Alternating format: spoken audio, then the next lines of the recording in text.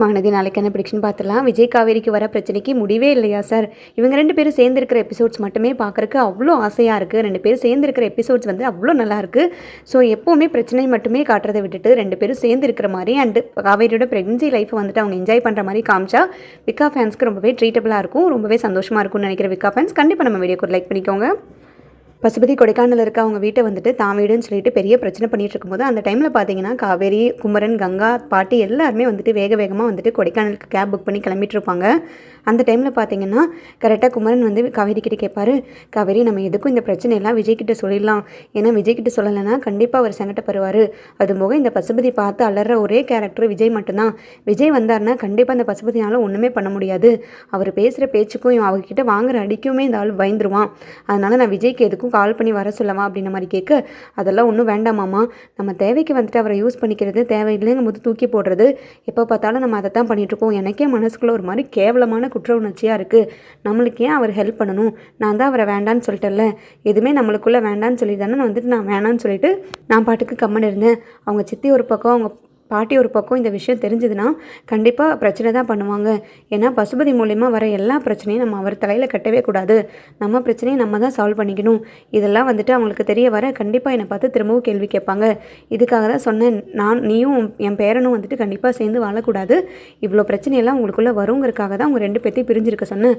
அதுக்கேற்ற மாதிரியே பிரச்சனை வந்துருச்சுன்னு சொல்லிட்டு அவங்க இதவே வந்துட்டு ஒரு பெரிய சாக்காக வச்சு பேசுவாங்க அப்படின்ற மாதிரி சொல்ல, ஆமாம்மா நீ சொல்கிறது கரெக்டாக தான் இருக்குது. ஏன்னா இப்போ தான் வந்துட்டு அவங்க இந்த மாதிரிலாம் யோசிக்க ஆரம்பிச்சிருப்பாங்க.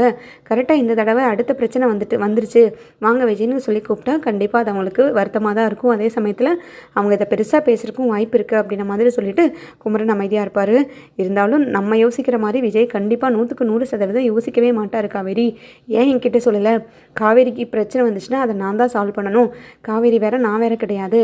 என் பொண்டாட்டிக்கு ஒரு பிரச்சனைனா அதை நான் சால்வ் பண்ணாமல் நீங்கள் இதுக்கு சால்வ் பண்ணணும்னு சொல்லிட்டு அவர் கண்டிப்பாக பாரு எப்படிலாம் எங்களை கேள்வி கேட்பாருன்னு அப்படின்ற மாதிரி சொல்ல காவேரிக்கு ரொம்பவே வருத்தமாக இருக்கும்.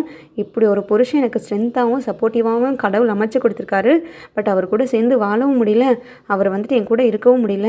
என்ன நிலமை தான் இது எனக்குன்னு தெரியல. எப்போவுமே ஏன் எனக்கு மட்டுமே இப்படி நடந்துகிட்ருக்கு? என் வாழ்க்கையில் மட்டும் எதுவுமே பாசிட்டிவாக நடக்கிறதுக்கு வாய்ப்பே கிடையாதா? ஒன்று நான் சந்தோஷமாக இருக்கணும், இல்லை என்னால் வந்து மற்றவங்க சந்தோஷமாக இருக்கணும். பட் எனக்கு மட்டும் எல்லாமே பிரச்சனையாக அமைஞ்சிட்ருக்கு. என்னால் யாருக்குமே நிம்மதியே கிடையாது. என் வயிற்றில் வளர்கிற குழந்தைக்கு கூட நான் நிம்மதியான ஒரு வாழ்க்கையை கொடுக்க மாட்டேன் போல இருக்குது. என் வயிற்றில் அது உருவான நேரமும் நல்லபடியாக அந்த குழந்தைய ஒரு நேரம் கூட என்னால் பார்த்துக்க முடியல. அந்த குழந்தை கூட வந்துட்டு நிம்மதியாக ஒரு 2 வார்த்தை பேசி அதோட ஹெல்த்துக்கும் சரி அதோட க்ரோத்துக்கும் சரி நான் சப்போர்ட்டிவாக இருக்க முடியுமான்னு கூட தெரியல. ஏற்கனவே டாக்டர் சொன்னாங்க, ஹில் ஸ்டேஷன் சைடோ இல்லை வந்துட்டு அக்ரெசிவான டிரைவிங்லாம் எதுவும் பண்ணக்கூடாது. வயிற்றில் வளர்கிற குழந்தை எப்போவுமே சேஃபாக இருக்கணும். ஆல்ரெடி வந்து உங்களுக்கு நிறைய பிரச்சனை வந்திருக்கு. குழந்தைய நல்லபடியாக பார்த்துக்கோங்க, அப்போ தான் நல்ல க்ரோத் இருக்கும், எந்த விதமான காம்ப்ளிகேஷன்ஸும் இருக்காது டெலிவரி வரைக்கும்னு சொன்னார். அதுக்கேற்ற மாதிரியாக நான் நடந்துக்கிறேன். நான் பண்ணுறது பூராமே என் குழந்தைக்கு வந்து சாதகமாக இருக்கிறதே கிடையாது. இப்போ டிரைவ் வந்து இவ்வளோ ஃபாஸ்ட்டாக பண்ணிட்டு போயிட்டுருக்காங்க. அதுவும் மலை பிரதேசத்துக்கு தான் வந்து ட்ராவல் பண்ணி போயிட்டுருக்கேன். கடவுளே, நான் யாருக்கும் எந்த துரோகமும் பண்ணது கிடையாது. என் புருஷனும் சரி யாருக்கும் எந்த துரோகமும் பண்ணது கிடையாது. இந்த குழந்தைய மட்டும் நல்லபடியாக நான் பெற்று வளர்த்திடணும், நல்லபடியாக பெற்று வெளியில் எடுத்துடணும். ஏன்னா வந்து ஏதாவது ஒரு பிரச்சனை வந்துச்சு விஜய்கிட்ட என்னால் பதில் சொல்லக்கூட முடியாது. அவ்வளோ அவர் உடஞ்சி போயிடுவார். என் குழந்தைய மட்டும் நல்லபடியாக வந்து வெளியில் வளர்ந்து வெளியில் வந்துடணும். அதுக்காக தான் நான் எப்போவுமே வந்துட்டு ப்ரே பண்ணிகிட்ருக்கேன் அப்படின்ற மாதிரி காவேரி மனசில் நினச்சிக்குவாங்க. அந்த டைமில் பார்த்தீங்கன்னா வீட்டில் வந்துட்டு பாட்டியும் சித்தியும் வந்துட்டு பேசிகிட்டு இருக்கிறத தாத்தா கேட்டுருவார். எப்படியோ வந்துட்டு விஜய் வாழ்க்கைக்கு எல்லாமே நல்லபடியாக பண்ணி கொடுத்துட்டோம். விஜய்க்கு இன்னொரு பொண்ணை பார்த்து நல்லபடியாக கல்யாணம் பண்ணி வச்சுட்டேன்னா எனக்கு அவ்வளோ சந்தோஷமாகவும் நிறைவாகவும் இருக்குண்டி. என்ன பண்ணுறதுனே தெரியல, நீ நல்ல பொண்ணாக பார்க்க ஆரம்பி அப்படின்ற மாதிரி சொல்ல, நான் கண்டிப்பாக பார்க்குறேம்மா. விஜயும் என் பையன் தானம்மா, அவனுக்கு ஒரு நல்ல வாழ்க்கை அமையருக்கு நான் நினைக்க மாட்டேனா? உன்னை விட அதிகமாக நான் விஜயை பற்றி யோசிக்கிறது நான் தான். அவனுக்கு ஒரு இப்படி நல்ல வாழ்க்கை கிடைக்காம போயிடுச்சுன்னு எவ்வளோ நாள் நான் வருத்தப்பட்டிருப்பேன் தெரியுமா? என் பையன் அஜய் வாழ்க்கை கெட்டு போனதை நினச்சி கூட எனக்கு அந்தளவுக்கு கவலை கிடையாது. ஏன்னா இது அவனும் அவங்க அப்பாவும் சேர்ந்து பண்ண தேவையில்லாத வேலை. பட் விஜய் அப்படி இல்லைல்லம்மா, நம்மளுக்காக, அதாவது நீங்கள் 2 பேரும் உடம்பு சரியாமல் இருந்ததுக்காக உங்களை சமாதானப்படுத்துறதுக்கு தான் அந்த காவேரி வந்து கான்ட்ராக்டில் வந்து கல்யாணம் பண்ணணும்னு நினச்சிருக்கான். அதை வந்து நம்மளுக்காக தான் அவன் பண்ணியிருக்கான். ஸோ அவனுக்கு வந்து இந்த மாதிரி ஒரு தப்பான வாழ்க்கை அமைஞ்சது அவனோட குத்தமே கிடையாது. அவனுக்கு நல்லபடியாக இன்னொரு பொண்ணாக பார்த்து கல்யாணம் பண்ணி வைக்கணும் அப்படின்ற மாதிரி சொல்லிட்டு இருக்க கரெக்டாக உள்ளே வந்து தாத்தா என்ட்ரு ஆயிடுவார்.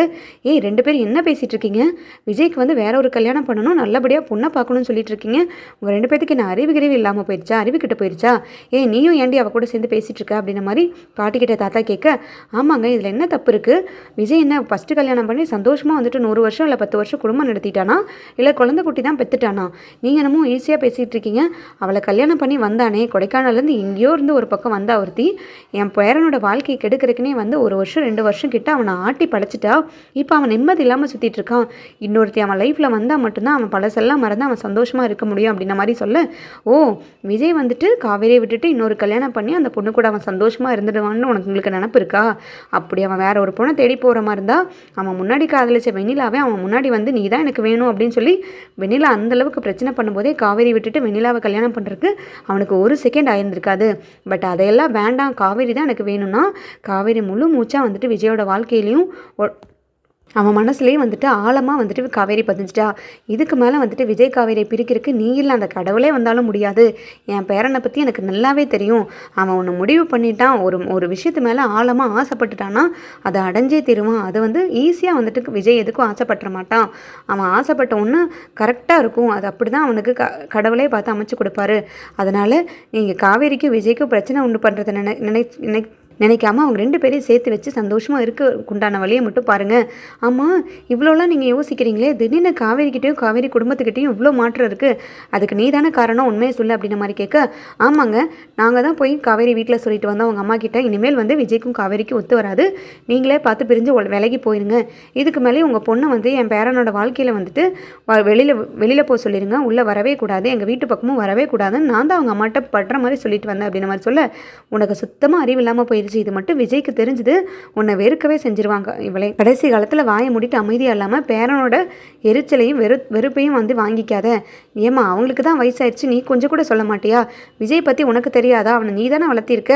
அவன் மனசில் என்ன நினைப்பா, உனக்கு எது வேணும் வேணாங்கிறது கூட உனக்கு புரியாதா அப்படின்ற மாதிரி சொல்லிட்டு, இதுக்கு மேலே இந்த வேலையை நீங்கள் 2 பேருமே வச்சுக்க கூடாது. அது கண்டிப்பாக வந்துட்டு ஒர்க் அவுட்டும் ஆகாது. அது நம்ம பேரனுக்கு நல்லதும் கிடையாது. அதை முதல்ல புரிஞ்சுக்கோங்க. இந்த மாதிரி பேசுகிறதெல்லாம் விட்டுட்டு உங்கள் வேலையை போய் முதல்ல பாருங்கன்னு சொல்லிட்டு கோமா கிளம்பி போய் விஜய்க்கு உடனே வந்து விஜய் பார்ப்பாரு. விஜய் உங்ககிட்ட ஒரு முக்கியமான விஷயம் சொல்லணுமா? காவேரி வந்து வேண்டான்னு சொல்லிட்டு அவங்க வீட்லேயும் வந்துட்டு உன்னை வேண்டான்னு சொல்லி விலகி போகிறதுக்கான காரணம் வேறு யாரும் கிடையாது, உன் சித்தியும் பாட்டியும் மட்டும்தான். காவேரி வீட்டில் போய் அவங்க அம்மாக்கிட்டே பேசிட்டு வந்திருக்காளுங்க 2 பேரும்.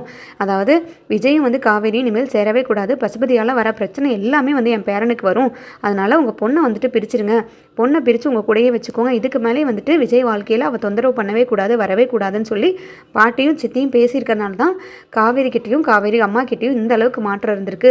காவேரி ஒன்றெல்லாம் வெறுக்கக்கூடிய ஆளே இல்லை அப்படின்ற மாதிரி சொல்ல, நான் அப்போவே நினச்சேன் தாத்தா இந்த மாதிரி தான் ஏதாவது நடந்திருக்கும்னு. ஏன்னா காவேரி அந்தளவுக்கு என்கிட்ட நம்பிக்கையாக பேசினா, என் மேலே உயிரியே வச்சிருக்கா, அவள் என்னை வேண்டான்னு சொல்கிறான்னா கண்டிப்பாக இந்த ரீசனாக தான் இருக்கும்னு எனக்கு மைல்டாக டவுட் வந்துச்சு. நான் இப்போவே போய் காவேரிக்கிட்ட பேசுகிறேன் அப்படின்ற மாதிரி சொல்ல, கரெக்டாக வந்துட்டு கால் வரும். நிவின் வந்து கால் பண்ணி விஜய்கிட்ட பேசுவார். விஜய் உங்களுக்கு விஷயம் தெரியுமா, இந்த மாதிரி பசுபதி வந்து கொடைக்கானல் வீட்டில் போய் உட்காந்துட்டு அதை அவன் வீடுன்னு சொல்லிட்டு டாக்குமெண்ட்ஸ்லாம் காமிச்சு ஒரே பிரச்சனை பண்ணிட்டு இருக்கானாமா. அங்கே சாரதாத்தா வந்துட்டு கால் பண்ணி தான் சொன்னாங்க, இப்போ என்ன பண்ணுறதுனே தெரியல, அவன் வேணுன்னே வந்துட்டு காவேரியை பழிவாங்கிறதுக்கு இந்த மாதிரிலாம் பண்ணிக்கிட்டு இருக்கான் அப்படின்ற மாதிரி சொல்ல, உடனே வந்துட்டு விஜய் சொல்லுவான், இதை ஏன் என்கிட்ட சொல்லலை, காவேரி கூட ஒரு வார்த்தை சொல்லலை, காவேரி முதல்ல எங்கே இருக்கா அப்படின்ற மாதிரி கேட்க, அவங்க எல்லாரும் ஆல்மோஸ்ட் கொடைக்கானலுக்கு ரீச் ஆகவே போகிறாங்க. இந்த கால் வந்ததுமே வந்துட்டு கேப் போட்டு அங்கே போயிட்டுருக்காங்க, நானும் இப்போ அந்த வேலை தான் இருக்கேன், நீங்கள் வரீங்களா அப்படின்ற மாதிரி கேட்க, நான் வராமல் எப்படி நிவின், காவேரிக்கு இப்படி ஒரு பிரச்சனை, காவேரி குடும்பத்துக்கு இப்படி ஒரு பிரச்சனை வரும்போது நான் வந்து எதிர்த்து கேட்க மாட்டேனா, அதுவும் போக அந்த பசுபதிக்கு நான் வந்தால் மட்டும்தான் செல்லுபடி ஆகும், அவனை நிறைய நாள் நானும் விட்டு வச்சுட்டே இருக்கேன், அவனை ஒரே அடியாக முடிச்சு கட்டினா மட்டும்தான் காவேரினால் நிம்மதியாக இருக்க முடியும்னு நினைக்கிறேன், அதை உடனடியாக நான் பண்ணுறேன். இதுக்கப்புறம் வந்துட்டு காவேரி விஷயத்தில் வந்து பசுபதியும் அவங்க குடும்பமும் தலையிடவே கூடாது, எப்போ பார்த்தாலும் வந்துட்டு இவங்க குடும்பத்தில் பிரச்சனை பண்ணுறதே ஒரு வேலையாக வச்சுட்ருக்கான் அப்படின்ற மாதிரி சொல்ல, நிவின் இருந்துட்டு விஜய் இன்னொரு விஷயம் சொல்லணும், இதை நீங்கள் யார்கிட்டையும் சொல்ல வேண்டாம், நான் தான் உங்களுக்கு இன்ஃபார்ம் பண்ணங்கிறது தெரியாமலே இருக்கட்டும், ஏன்னா காவேரி வந்து ஆல்ரெடி வந்து உங்ககிட்ட சொல்ல வேண்டாங்கிற மாதிரி தான் குமரன் கிட்ட சொல்லியிருக்காரு, தேவையில்லாமல் வந்துட்டு எனக்கு வர பிரச்சனை எல்லாம் வந்துட்டு விஜய்க்கு தெரிஞ்சதுன்னா அவர் தேவையில்லாமல் ஹர்ட் ஆவார், அவருக்கு பிரச்சனை வரும், பசுபதியால் எந்த பிரச்சனையும் விஜய்க்கு வரக்கூடாது, விஜய் வந்து சேஃபாக இருக்கணும், நல்லபடியாக இருக்கணும், அவங்க குடும்பத்தோட சந்தோஷமாக இருக்கணுங்கிறதுக்காக தான் காவேரி அந்த மாதிரிலாம் சொல்லியிருக்கா அப்படின்ற மாதிரி சொல்ல, இப்போ தான் நிறையா விஷயம் நானும் கேள்விப்பட்ட நிவின், இவன் என்ன பைத்தியமா, நான் எப்படி சந்தோஷமாக இருக்க முடியும், அவளுக்கு ஒரு பிரச்சனை, அவள் வந்துட்டு கஷ்டப்பட்டுட்டு இருக்கும்போது நான் மட்டும் சந்தோஷமாக நிம்மதியாக இருந்துருவேன்னு அவளுக்கு நினைப்பா, அவளுக்கு கொஞ்சம் கூட சென்ஸே கிடையாது, ஏதோ தியாகி மாதிரியும் நான் நல்லா இருக்கணுங்கிறதுக்காக நிறைய விஷயத்தை அவள் இழந்துட்டுருக்கா. இப்போ கூட பாருங்கள் டாக்டர் வந்து ஹில் ஸ்டேஷன் ஸ்டேஷன் சைடு ட்ராவலே பண்ணக்கூடாதுன்னு சொல்லியிருக்காங்க. முன்ன பின்ன தெரியாத கேபில் ஏறி எப்படி கேப் டிரைவர் ஓட்டுவானோ தெரியாத வண்டியை அவள் பாட்டுக்கு வந்துட்டு ஹில் ஸ்டேஷனுக்கு போயிட்டுருக்கா. கண்டிப்பாக வந்துட்டு அவங்க கேப் டிரைவர்கிட்ட அவள் சொல்லியிருக்கவே மாட்டா, ப்ரெக்னெண்ட்டாக இருக்கேன், பார்த்து போங்க, ஸ்லோவாக போங்கன்னு. ஏன்னா அந்த விஷயம் தான் அவங்க வீட்டில் யாருக்குமே தெரியாதுல்ல, அதை மறைச்சிட்டு தான் போயிருப்பாங்க.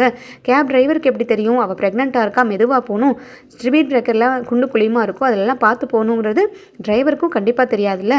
இதெல்லாம் எப்படி தான் என்ன தான் சொல்லி புரிய வைக்கிறதுன்னு தெரியல. இதுக்கெல்லாம் நான் ஒரு முடிவு பண்ணுறேன், இதுக்கு மேலேயும் வந்துட்டு எந்த பிரச்சனையும் நான் எங்களுக்கு வராமல் நான் பார்த்துக்கிறேன் நிவின், தேங்க்யூ ஸோ மச் அப்படின்னு சொல்லிட்டு காலை வச்சிருவாரு. உடனே நடந்ததெல்லாம் வந்துட்டு தாத்தா கிட்ட விஜய் சொல்ல, ஐயோ இப்போ திரும்பியும் அந்த பசுபதி ஆரம்பிச்சிட்டானா, இந்த மாதிரி தான்ப்பா நீ விஜய் பாட்டிக்கிட்ட இந்த விஷயத்த சொல்லிடாத, அவளுக்கு வந்து நல்லபடியாக காரணம் கிடச்சிரும். ஏன்னா இந்த காரணத்தை சொல்லி தான் காவேரியும் நீயும் சேரவே கூடாதுன்னு அவள் எதிர்பார்த்துட்ருக்கா. அதுக்கேற்ற மாதிரி திருப்பி பசுபதி பிரச்சனை பண்ணுறாங்கிறது மட்டும் பாட்டி காதுக்கு போச்சுன்னா இதவே ஒரு ரீசனாக வச்சு பெரிய விஷயமா வந்துட்டு ஜூம் பண்ணி பேசிடுவா. காவேரி பிரச்சனை நீ தான்ப்பா முதல்ல சால்வ் பண்ணும், பொட்டை பிள்ளைப்பா, அவங்க வீட்டில் இருக்கிற எல்லா பொட்டை பிள்ளைங்களுக்கும் அவன் ஆரம்பத்துலேருந்தே பிரச்சனை கொடுத்துட்டே இருக்கான், அவனை ஒரே அடியாக வந்துட்டு அரெஸ்ட் பண்ணி உள்ளே வைக்கிற மாதிரி ஏதாவது ஒன்று ஏற்பாடு பண்ணுப்பா, நம்மளால் முடியாது இது எதுவுமே கிடையாது, அவன் வாழ்நாள் முழுக்க ஜெயிலே இருந்து களி திங்கிறட்டும், அவனெல்லாம் திருத்தவே முடியாது. இந்த அளவுக்கு வந்துட்டு ஒரு பொண்ணையும் ஒரு பொண்ணோட குடும்பத்தையும் திரும்ப திரும்ப காயப்படுத்திட்டு கஷ்டப்படுத்திட்டு அவனும் நிம்மதி இல்லாமல் வாழ்க்கையில் இருக்கான். மற்றவங்களையும் நிம்மதியோடு இருக்கவே கூடாதுன்னு நினைக்கிறான். அந்த கேரக்டரை வந்துட்டு நம்ம விட்டே வைக்கவே கூடாது விஜய். நீ கண்டிப்பாக கொடைக்கானலுக்கு போய் என்ன ஏது பிரச்சனைன்றதை பார்த்துட்டு அவன் பிரச்சனையை முதல்ல சால்வ் பண்ணிட்டு வா. அதுக்கப்புறமா போய் நம்ம குடும்பத்தோட சாரதா கிட்ட பேசிட்டு அவங்க கிட்ட வேணும்னாலும் மன்னிப்பு கேட்டுட்டு உன்னையும் நான் காவேரி சேர்த்து வைக்க வேண்டியது என்னோட கடமை, எல்லா விஷயத்தையும் நான் கண்டிப்பாக வந்துட்டு பார்த்துக்கிறேன் அப்படின்ற மாதிரி சொல்ல, உடனே விஜய் டிசைட் பண்ணுவார், முதல்ல இந்த பசுபதி பிரச்சனையை முடிச்சுட்டு காவேரி ப்ரெக்னெண்ட்டாக இருக்க விஷயத்தை ஆத்தா கிட்ட பாட்டிக்கிட்ட எல்லாம் சொல்லிட்டு இதுக்கு மேலே வந்துட்டு எங்களை தடுக்கிறதுக்கு எங்களை பிரிக்கிறதுக்கு யாராலையும் வந்துட்டு யாருக்கும் எந்த ரைட்ஸும் கிடையாது, யாராலையும் முடியாது. காவேரி தான் என் பொண்டாட்டி, விஜய் காவேரி 2 பேரும் சேர்ந்து வாழ்கிறது தான் கடவுளாக வந்துட்டு நிர்ணயிச்சிருக்காரு அப்படின்றது ஸ்ட்ரிக்டாக சொல்லிடணும். இதுக்கு மேலேயும் மற்றவங்க வந்துட்டு எங்கள் லைஃப்பில் கேம் ப்ளே பண்ணுறக்கோ இல்லை மற்றவங்க வந்துட்டு எங்கள் வாழ்க்கையில் வந்து டெசிஷன் எடுக்கிறக்கோ எந்த உரிமையும் கிடையாதுங்கிறது ஸ்ட்ரிக்டாக சொல்லிடணும். அதை காவேரியோட அம்மாவாக இருந்தாலும் சரி, என்னோட பாட்டியாவோ என்னோட சித்தியாவோ இருந்தாலும் சரி, எங்கள் வாழ்க்கையை நாங்கள் தான் டிசைட் பண்ணணும், நாங்கள் தான் சந்தோஷமாக வாழணும். இதுக்கு மேலே வந்துட்டு நான் யாருக்காகவும் என் வாழ்க்கையை விட்டு கொடுக்க தயாராகவே இல்லை, என் காவேரி என் குழந்தைன்னு சொல்லிட்டு என் லைஃப்பை புதுசாக ஸ்டார்ட் பண்ண போகிறேன் அப்படின்ற மாதிரி மனசுக்குள்ள நினச்சிட்டு நான் இது எல்லாத்தையுமே பார்த்துக்கிறேன் தாத்தா, முதல்ல பசுபதி பிரச்சனையை சால்வ் பண்ணிட்டு வந்து அடுத்தது வந்துட்டு என்ன ஏதுங்கிறத பேசிக்கலாம் அப்படின்ற மாதிரி சொல்லிட்டு விஜய் கிளம்புவார்.